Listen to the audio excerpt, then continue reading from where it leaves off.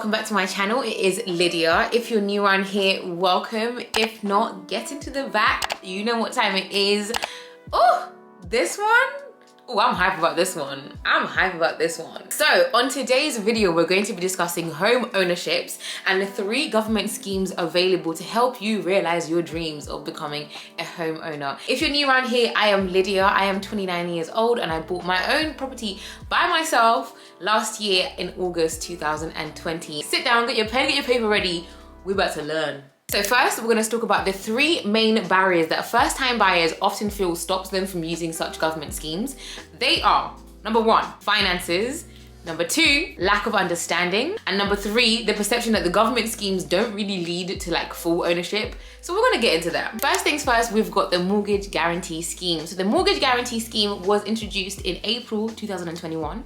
And the whole purpose of this scheme is to allow more people access to mortgages without having the higher deposit, which is normally required. Currently, the government is providing lenders with a government-backed guarantee on all new 95% mortgages up until December 2022. So now that you've heard about the mortgage guarantee scheme, let's talk about the eligibility criteria. Oh, that's a big word, girl.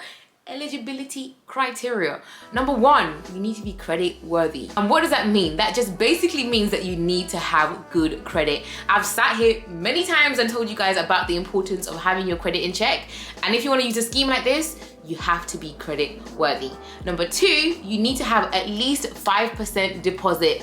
Girls, I've got a whole budgeting video for you guys to check out if you want on how you can budget in order to be eligible for something like this. So 5% deposit and be credit worthy and you're good to go. The mortgage guarantee scheme is great because 95% loan to value mortgages, that's the LTV mortgages, help first-time buyers get onto the property ladder without having to have that huge deposit. So if that's something that you're looking for, slightly lower deposit to get onto the ladder, maybe look at the mortgage guarantee scheme. The scheme is available to first-time buyers as well as existing homeowners who wish to move and is available all across the country for properties up to £600,000.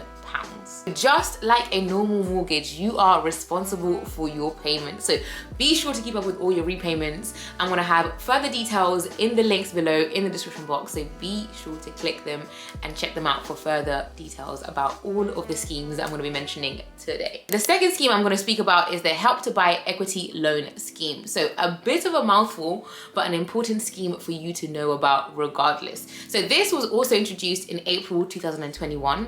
And the purpose of this scheme is to help new home buyers get onto the property market. So this is not for existing homeowners, however, new people who want to get on the ladder. In this scheme, the government will lend home buyers up to 20% of a new build home or up to 40% of a new build home in London, because we all know London is expensive, okay? So Londoners up to 40% and anyone outside of London 20%. This scheme aims to help first-time buyers who may not otherwise have access to the standard 95% LTV mortgages available. To be eligible for this scheme, you have to be a first-time buyer, be at least 18 years or older, and have at least 5% deposit. The great thing about the Help to Buy Equity Loan scheme is the fact that a majority of developers offer this scheme, so it is widely accessible. However, a few things to consider is that if you are somebody who owns land or property anywhere in the world, you cannot use this scheme. Another clause that you need to consider is that if you are married or even just cohabitating with somebody else who owns land or property anywhere else in the world, you also can't use this scheme. So if you've got a boo and your boo has a house, leave him, sis. Because you can't use a scheme. No, you can't. The third and final scheme is the shared ownership scheme, which is something that I'm very familiar with because I did a ton of research on this particular scheme before buying my house, okay? So let's get into the tea of this one. With a shared ownership scheme, it offers you a chance to buy a share of your home. With that, it allows you to buy anything between 10% to 75% of your property and pay rent on the rest. How does that sound? The scheme allows you to buy more equity in your property when you can afford to, which is called staircasing, and you can use this on new builds as well as existing properties. And the existing properties, you can do that via like resale programs. That's basically what I was looking at when I wanted to buy a house beforehand. The new shared ownership model should be available to purchase from 2022, and the scheme is available to first-time buyers, people who used to own a home but can't afford to buy a new one, or existing shared owners looking to move. The new model of the scheme allows for additional support such as 10 years of repairs available. And what that means is that it basically allows the shared owner to receive additional support from the landlord for essential repairs for up to 10 years. How cool is that? Not only that, but there's also a brand new 1% staircasing model being introduced, which means that you can staircase from as little as 1%. How cool is that?